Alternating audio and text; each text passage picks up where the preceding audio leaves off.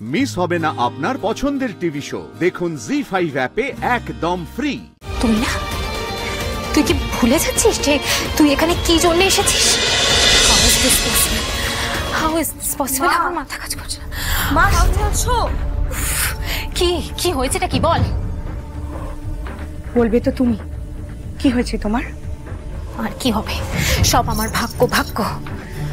আমি কিছুতেই বুঝতে পারছি না এটা কি করে পসিবল। আমি নিজে হাতে সৃজনের খাবারে বিষ মিশিয়েছিলাম, সেই খাবার ভালো খাবার হয়ে যায় কি করে? সৃজন বেঁচে গেল কি করে? যেখানে এক চালে আমি সবটা শেষ করে দিতে পারতাম, আমার পুরো প্ল্যানিংটা ভন্ডুল হয়ে গেল কি করে? আমি কিচ্ছু বুঝতে পারছি না। এখন তো পর্ণাও নেই এখানে, তারপরেও সৃজন বেঁচে গেল কি করে? না, আমার মাথা কাজ করছে না। আমি জাস্ট বুঝতে পারছি না। পর্ণা এখানে থাকলে ও বিপদের আন্দাজ আগে থেকে পেয়ে যায়, কিন্তু ও তো এখন নেই, তারপরেও সৃজন বেঁচে গেল কি করে? না, তার মানে কি পর্ণা কোনোভাবে সৃজনকে ফোন করেছে? না, সেটা হতে পারে না। সেটা হলে অ্যাটলিস্ট আমি একটা আন্দাজ পেতাম। তাহলে সৃজন বাঁচল কি করে? এই 20 বছরে কি সৃজন বিষও হজম করতে শিখে গেছে নাকি? বিষটা ওনার খাবারে যায় না। মানে আমি বদলে দিয়েছি খাবারের বাটিগুলো।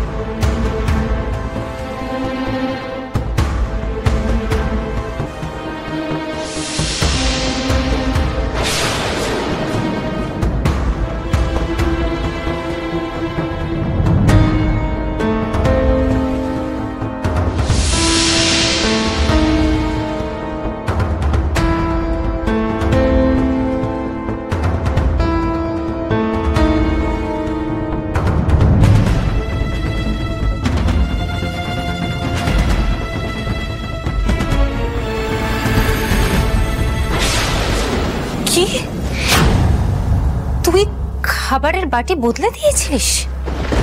কেন করেছিলিস এরকম? হ্যাঁ, কেন করেছিলি? তুই তো জানিস পর্ণা আমার এত দিনের শত্রু, তার ওপর বদলা নেওয়ার এত বড় সুযোগ আমি পেয়েছিলাম, সেটা তুই কেন করেছিস? বল মা, বল কেন করেছিস? আমার লাগছে মা, বল কেন করেছিস? ছাড় মা, লাগছে মা, বল কেন করেছিস? ছাড়। কারণ আমার কাছে পৃথিবীর সমস্ত শত্রুতা একদিকে, আর অর্পণ একদিকে।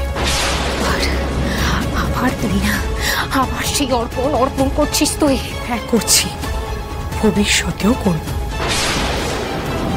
অর্পণ যখন একবার আমাকে এই বিষ নিয়ে সন্দেহ করেছে, সেই কাজ আমি আর হতে দিতে পারি না। তাহলে অর্পণের আমার ওপর থেকে সমস্ত বিশ্বাস উঠে যাবে। এই বিষয় নিয়ে আমার কাছ থেকে তুমি আর কোনো রকম হেল্প এক্সপেক্ট করো না মা। আমি জানতাম তুই না, আমি জানতাম যে তুই অর্পণের ওপর দুর্বল হয়ে গেছিস, সেই জন্য আমি তোকে কিচ্ছু বলিনি। কিন্তু তুই তুই এত কিছু জানলি কি করে? কারণ আমি তোমার উপর নজর রাখছিলাম মা।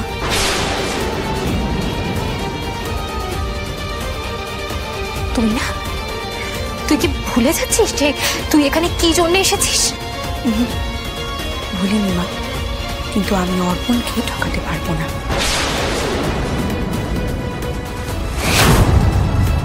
তুই আমার মেয়ে হিসেবে এই বাড়িতে এসেছিলিস তুই না, সেখানে তুই যদি আমার কথার অমান্য করিস তাহলে কিন্তু আমিও ভুলে যাব যে তুই আমার মেয়ে।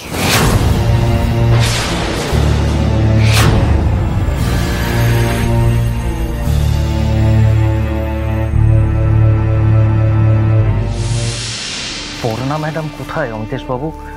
এখনই তো কেসের শুনানি শুরু হবে। আমরা আজকে কি প্রমাণ দেব, কি দিয়ে ডিফেন্ড করব, কিছুই তো জানি না। মানে যেভাবে হোক একটা কিছু করুন। আমার সঙ্গে তো ম্যাডামের কোনো কথাই হয়নি। এখনো এলেন না কেন শ্রীপর্ণারা?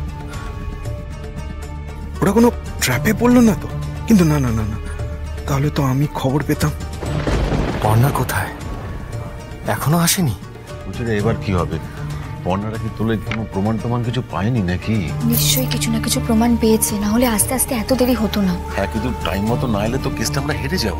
বি পজিটিভ কাকাবাবু, পর্ণা যখন আছে যা হবে ভালোই হবে। Order order.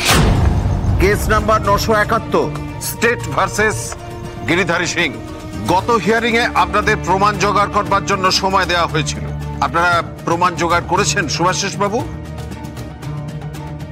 শুনুন না, আপনি একটুখানি ম্যানেজ করার চেষ্টা করুন না। আমার বিশ্বাস তার মধ্যে পর্ণা ঠিক চলে আসবে। মিলর্ড, আমরা সব রকম চেষ্টা করছি প্রমাণ জোগাড় করার। ওকে, ইউ মে প্রসিড। মিলর্ড, আমার ক্লায়েন্ট সৃজন দত্ত সম্পূর্ণ নির্দোষ। ওনার উপরে অন্য মানুষের দোষ চাপিয়ে দেওয়া হচ্ছে। Objection my lord. ডিএনএ রিপোর্টে কনফার্ম করা হয়েছে যে সৃজন দত্তই গিরিধারী সিং। এখানে অন্য কোনো মানুষ এক্সিস্টই করে না। এবং আমরা বুঝতে পারছি যে ওনাদের হাতে কোনো সত্যিকারের প্রমাণ নেই, শুধু শুধু আদালতের মূল্যবান সময়কে নষ্ট করতে চাইছেন ওনারা। মাই লর্ড, আমাদের লোক প্রমাণ জোগাড় করতে গেছে, কিন্তু তারা এখনো ফিরতে পারেনি। আমাদের যদি কিছু সময় দেওয়া হয়। গোটা একটা দিন আপনাদের সময় দেওয়া হয়েছিল।